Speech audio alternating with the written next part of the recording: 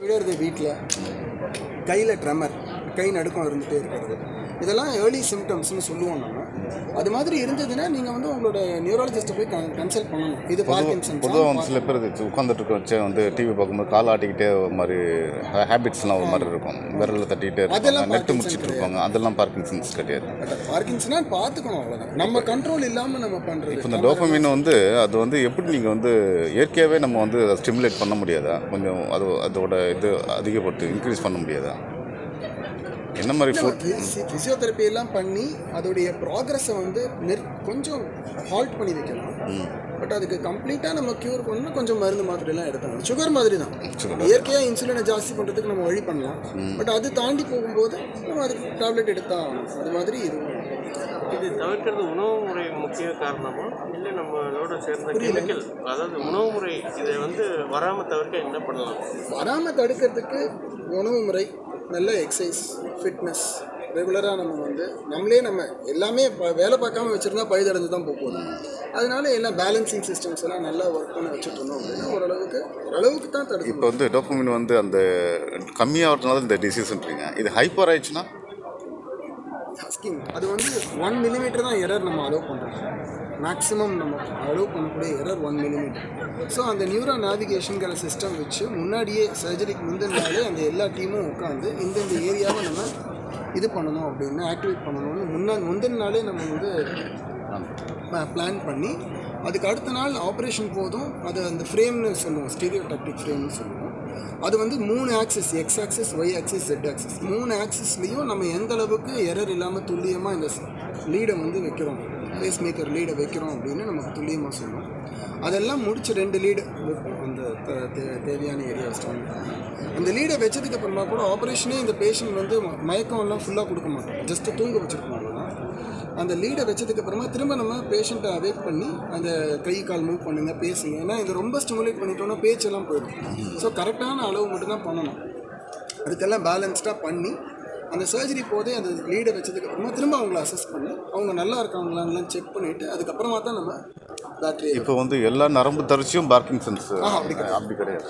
Initial stages only a single hand you see a tremor sometimes, or in sitting you keep doing this is called a pin roll tremor, right? And when you're standing you keep moving your legs, shaking your legs. Or sometimes in the second time what happens, you see the tremor but the balance is there, you're able to reach your activities, do your activities, you see a change but you don't think of addressing it. So the third stage is where your balance, when you start walking you see that you're skipping your center of gravity, as in when you're walking straight you're not able to walk straight. So that is when your balance skips, right? Or when you're trying to sit and get up from your bed or chair, you tend to hold some object which usually you didn't do. You tend to hold it, you have a fear that you might fall down. So that comes in the third stage, but yet you will be functioning. You will be able to attend your normalcy or normal activities like small activities, brushing, combing, buttoning, all of that you will be able to attend.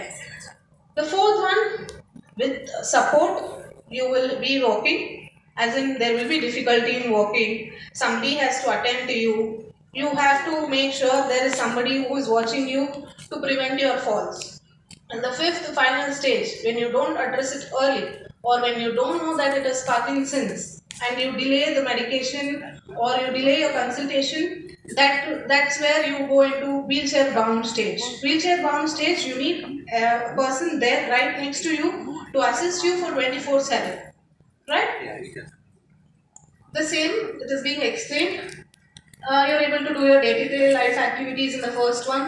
Second one, you see tremors, stiffness, develop poor posture, like I told, you're flexing, your chest moving inward, your arms and legs going into a flexion deformity, that is bending, right? And then in the third, your movement slows down.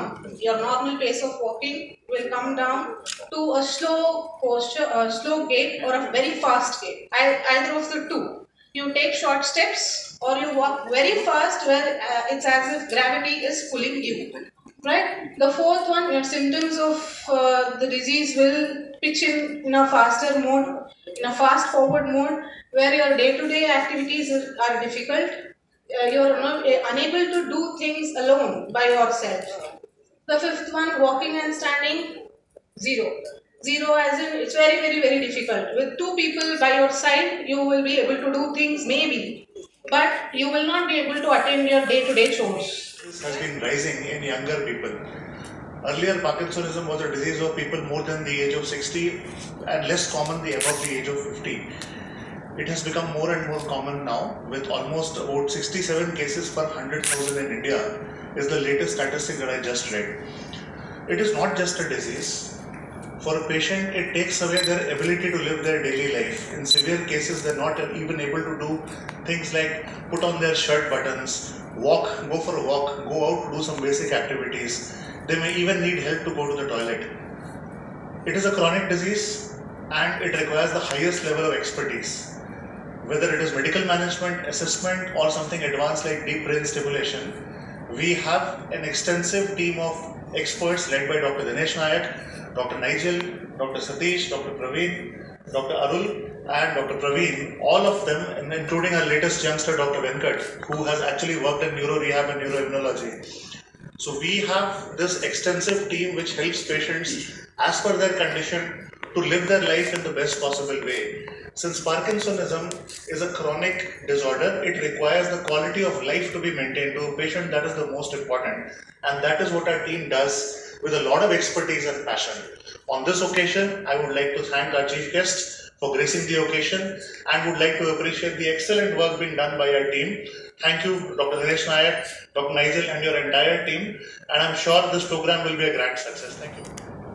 To all of you, I start off by welcoming our chief guest, Mrs. Sudha Mayappan. You know, she started the support group for Parkinson's disease way back in 2014 with just 6 members called Parivartan for Parkinson's disease. And now they have more than 250 members. They meet every week and it's a huge movement. And this is the right time for our patients to, to get exposed to the kind of care that we can all provide for our patients with Parkinson's disease. I think that's a wonderful service that you've done, ma'am. Thank you very much. It's a great honor and a privilege for us to have you here today. By the previous speakers, both the CEO and my head of the department, so it just makes it easy for me to reiterate the things which we are about to see. So my talk is about why we need a comprehensive care system. You know, when we see a Parkinson's disease person, it's not just the medicine and the effect. We need to just see him as a holistic. He's a human. He's not a person where we give the medicine, see the effect. It's not a system. He's a human. And the human has a lot more demands than the medicine output. So we need to, so just an introduction about the Parkinson's disease, some of which slides have already been covered by Bhumika in her previous talk. You know that now this slide, what I'm going to modify and say is, when we see a Parkinson's person from outside, we see that the person will have a tremor, he may be slow, he may stoop, but that's not only what he undergoes. Not that that's something which we see, but so there's some things which may trouble him more than him or her, more than that.